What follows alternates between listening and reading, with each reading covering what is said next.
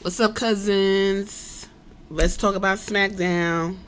I heard you hoes was looking for me. Well, bitch, here I go. Bitch, here I go. Doom, doom, doom, doom, doom, doom, doom.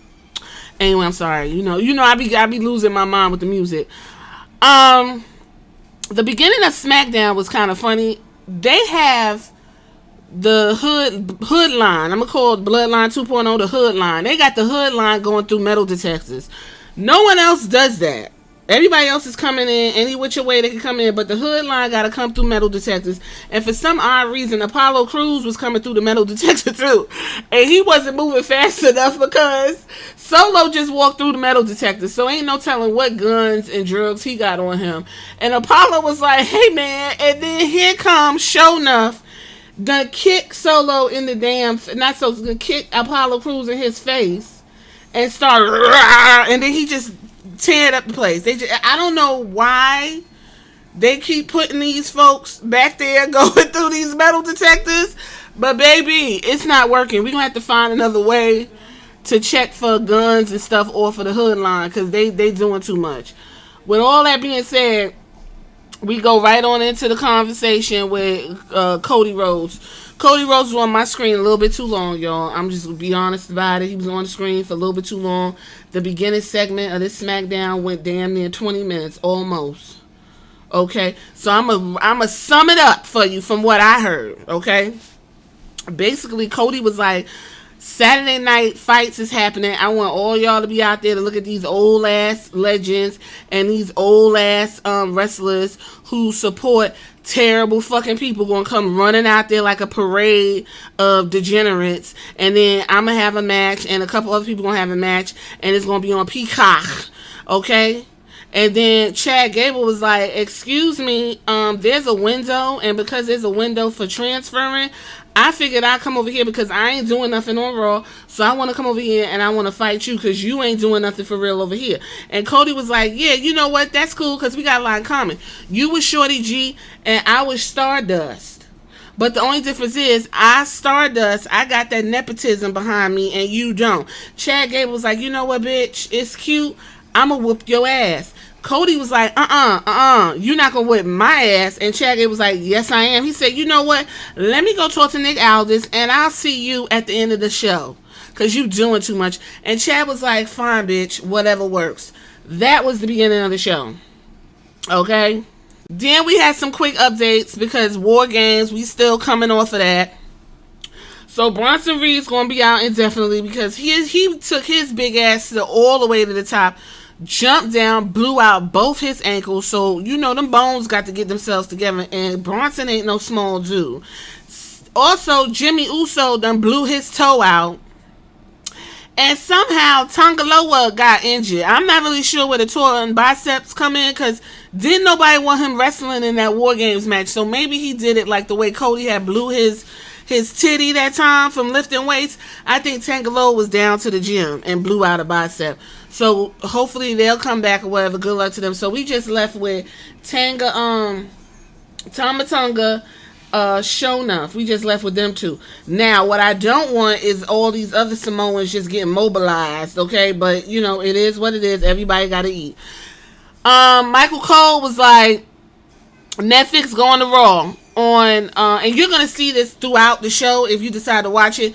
January 6th, Netflix goes to Raw. January 6th, Netflix goes to Raw. And I'm like, oh, so you going to have Raw on the anniversary of the coup d'etat that was taking place in the United States that everybody calling an insurrection, acting like it wasn't no big deal? Oh, okay, that's cute. Okay, that makes sense, I guess, girl. Then there's also a trade window where superstars can move from Raw, SmackDown, or NXT. Okay, that's just their way of telling you to shut the fuck up. There is no draft. We gotta get this shmoney. So hush. Then we go backstage and Bianca Belair and Naomi is talking or whatever. Bianca looks super cute. Naomi always looks cute. They back there talking. Bianca's taped up from her ribs and they trying to figure out still, who took out Jade Cargill down to the windshield. Okay? So Naomi was like, look, I'll be back. We're going to talk about it. Let me go out here and fuck up this match the way I need to do it. Then Piper and Chelsea come up and they was like, "Oh girl, that's cute. Look at you, a little Nancy Drew." I thought that was funny. And they Bianca. I'm sorry, Bianca told Piper that she think that she the one that took Jade down to the windshield, and Piper was like, "Bitch, don't come at me like that. I don't get down like that. And if that's the case, I could just take you out because it's two of us." And Bianca was telling, Bianca was telling Chelsea that she can't win a match without old girl anyway. That's why she think it's her. So Piper wasn't having it, went ahead and fucked up Bianca. Chelsea came, hit Bianca in the ribs, and Piper kicked her in the ribs, and they was in Piper basically was like, "Let's do this, get to the ring." I don't know why that was rough coming out. Excuse me. No, I'm not drunk. Then we gotta look at Jesse the Body Ventura looking like a drawed up llama bean in the fucking stands. He will be announcing at Saturday night's main event. Okay, Jesse the Body Ventura was the governor of California at some point, and he did a fabulous job in Predator. Then we went into Tiffany Stratton versus Naomi versus Elektra Lopez, first round match in the WWE United States Intercontinental Championship tournament. Go back and see what I had said, who I thought was winning. I'm giving it to Chelsea Green. It's gonna come down to Michin and Chelsea Green. Either way, the match was cute, but Elektra Lopez, sweetie, we're gonna have a conversation on another podcast about Elektra Lopez because I'm not really sure why she's there and what she's doing. Naomi did have a little squibble. She fell off of Tiffany Stratton back when she was doing her little tippy toes thing, and she tried to recover, but the problem is Elektra didn't sell. Everything was kind of clunky, but they did recover, and Tiffany did her little moonsault, and everything was like whoop de whoop de whoop. So Tiffany won. She moving on. Then we go in the backstage, and the Street Profits is laid all the way the fuck out. Nick Aldis is like, "What the fuck is going on?" And I'm just as confused as B-Fab, because she's like, "Well, who the fuck beat my dudes up? We about to go out here and have this title match, and we've been going on and on about this, and now here y'all done whoop their ass back here. Like, what the fuck is going on?" So Nick Aldis is on his cell phone. I don't know who he was dialing because he put the phone back. Then old dick face walks up to Nick Aldis. He was like, "Oh, y'all need a title match? Like me and what's the name? Ciampa, we ready if y'all need a match." And he was like, "No, because it's still too fresh." And Motor City Machine Guns was like, "That's fine. Y'all come and match with us. We ain't got shit else to do." Nick Aldis said, "You better tell Ciampa, don't fuck around." Dick Face was like, "Yeah, alright." They ran on to what they had to do. Then we get Bianca versus Piper Niven with Chelsea Green in Piper's corner. Excellent match. Really not too much to like go into in terms of moves. Bianca gonna give you what you need. Piper's gonna give you what you need. Chelsea coming in with the goofy shit. Bianca went ahead and did a KOD on Piper's ass on top of Chelsea and got the pin. Beautifully executed and done. Let me tell y'all something real quick. Y'all keep calling Bianca Belair John Cena. Difference between Bianca Belair and John Cena is Bianca's at work and not injured. Knock on wood, Bianca has yet to be seriously injured and sidelined like a majority of this fucking roster. So if she being booked like John Cena, thank you, because she is the MVP of this fucking women's division along with Io Sky. If it wasn't for them two, we would not have nothing to fucking watch for the most part. Moving right along, Bianca won like I told you. Bianca then told Byron Saxon back there with Naomi, because they had got together, and she was like, "Listen, whenever I find out who attacked Jade Cargill, it's on site." And Naomi was kind of acting a little bit funny, not like you could tell, but she was just like bringing up all kinds of different names and like distracting from the question.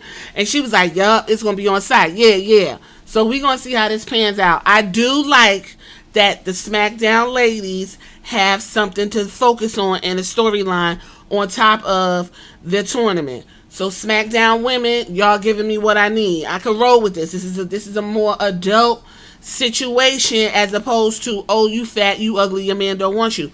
We got something to look up to and look forward to. Okay, it's given like Chelsea Green said, Nancy Drew. I like it.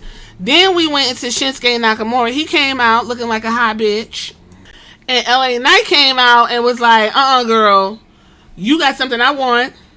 Let me put my shades on because you're not about to blow that black stuff in my eyes." and I'm about to come in that ring, and we gonna do this so I get my belt. Andrade showed up, and he was like, wait a minute, LA Knight. And whoever was in that audience, they loved him some Andrade, because they was like, yes, Andrade. I love that for him. So Andrade was trying to talk. LA Knight was like, no, you shut up. And basically, before they could get into it, the Bloodline showed up. They went ahead, cleared the ring, but they wasn't fucking with Shinsuke, because Shinsuke had that black stuff oozing out his mouth like a psycho, and they was like, all right, you just get your ass on out the ring, go on about your business. We got something we want to say to these dumb motherfuckers in the audience. Basically, Solo was like, listen, y'all gonna respect me. I'm tired of disrespect. I do what I had to do. I got through the follow. I am the head of the table. That is all y'all said I had to do. Yes, we lost down to the War Games. None of that fucking matters, because they not here to stop us what we doing. We are here. We are running the show. And you either gonna get down or you gonna lay down. That's essentially what he said. And you know what? I'm not mad about it at all. Then Kevin Owens cut a promo in the car. Same shit, different day. Then we went into the Motor City Machine Guns. Pew, pew, pew. Raise your fist. Pew, pew, pew. And DIY. For some odd reason, somebody got to figure out if DIY and Triple Thumbs is fucking, because something going on. Because he pushing these motherfuckers. I don't care how this audience was acting. They just happy that they getting some type of decent wrestling. Okay, because you starve us most of the episodes and most of the time. We don't get no wrestling. And when we finally get wrestling, we going up for it. So please don't think that the fucking DIY is over. We just happy to see a title getting defended on these shows. With that being said, DIY done turned heel on the Motor Machine Guns, because the whole match was Tommaso telling Johnny Gargano, you better get on this fucking thing with me so we can get these titles. And throughout the match, Johnny's like, oh my god. And all of a sudden, Johnny decided to hit somebody in the balls, go over there, smile with Tommaso Ciampa, and then they pin and got the belts. And I'm sitting here like, girl, are you fucking kidding me? Apparently not. So they got the titles. So I'm guessing that they took out the Street Profits to get ahead and get slide their ass into a title match. Ended up winning because they cheated or whatever. And the Street Profits next week or whenever they gonna come is gonna be like, you two motherfuckers done fucked up. And the Street Profits are the face in this whole situation. Listen, hot potato those titles. I don't give a fuck. I don't give a fuck how you do it. Don't nobody want the fucking DIY winning nothing. So I will give it a Triple Thumbs. He realizes that don't nobody like DIY. Go ahead and make them heel. So when the Street Profits come out and we going up for the Street Profits, it will make more sense when we gotta watch 6, 7, 8 matches and the Street Profits finally win at whatever pay-per-view. Okay, girl, whatever. Anyway, Michael Cole had to do an interview in Kevin Owens' rental car. Same shit, different day. He running Michael Cole down. Michael Cole's like, you acting like a bitch. Like, I'm over it and it's cold. So basically, Kevin was like, get out my motherfucking rental. And Michael Cole got out of his car. And then the only thing that was funny in this is Kevin was like, come here. And Michael Cole walked up to the window and then he closed the window on him. That was funny. I'll give it to you. Whatever. You're not going to make me hate Kevin Owens, although I already can't stand him. But I want him to whoop Cody's ass and take the belt. I don't understand why Kevin Owens can't get the belt. Him and Cody could fuck around for a couple months. Fuck around for a month or two with the belt. And then you can put it back on Cody and keep pushing. Mix it up. Shock us, Triple Thumbs. Jeez Louise.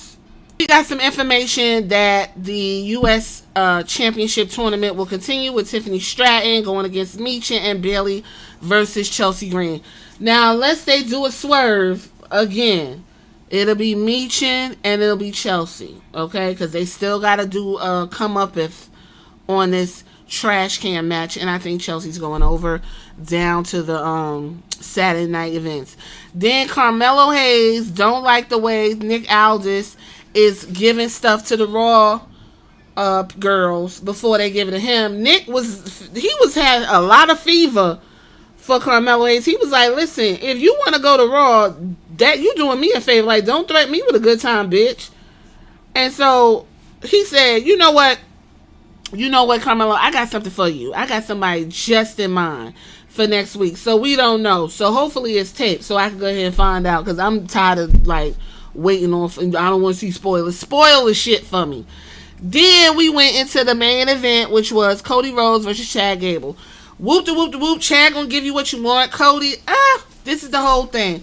At some point, Cody's Rhodes shoe came off, and Chad is working on his ankle, working on it. But that did not stop Cody from climbing on the ropes and jumping off shit to beat Chad Gable in the end. Then, while Cody in the ring squeezing on his ankle and his foot, looking like fucking Peter Griffin after he hit his knee, and he was like, ah. Remember that? Okay, anyway, so he in the ring squeezing on his feet and stuff. All of a sudden, here comes Kevin Owens, jumps in the ring and stomps on Cody's ankle. Cody's screaming at the top of his lungs, and Kevin stomped it some more, but that didn't stop Cody from being able to jump out the ring and jump on Kevin and run around and do all the things, okay? So that is the way SmackDown ends it, girls. Tell me what you think in the comments. Later.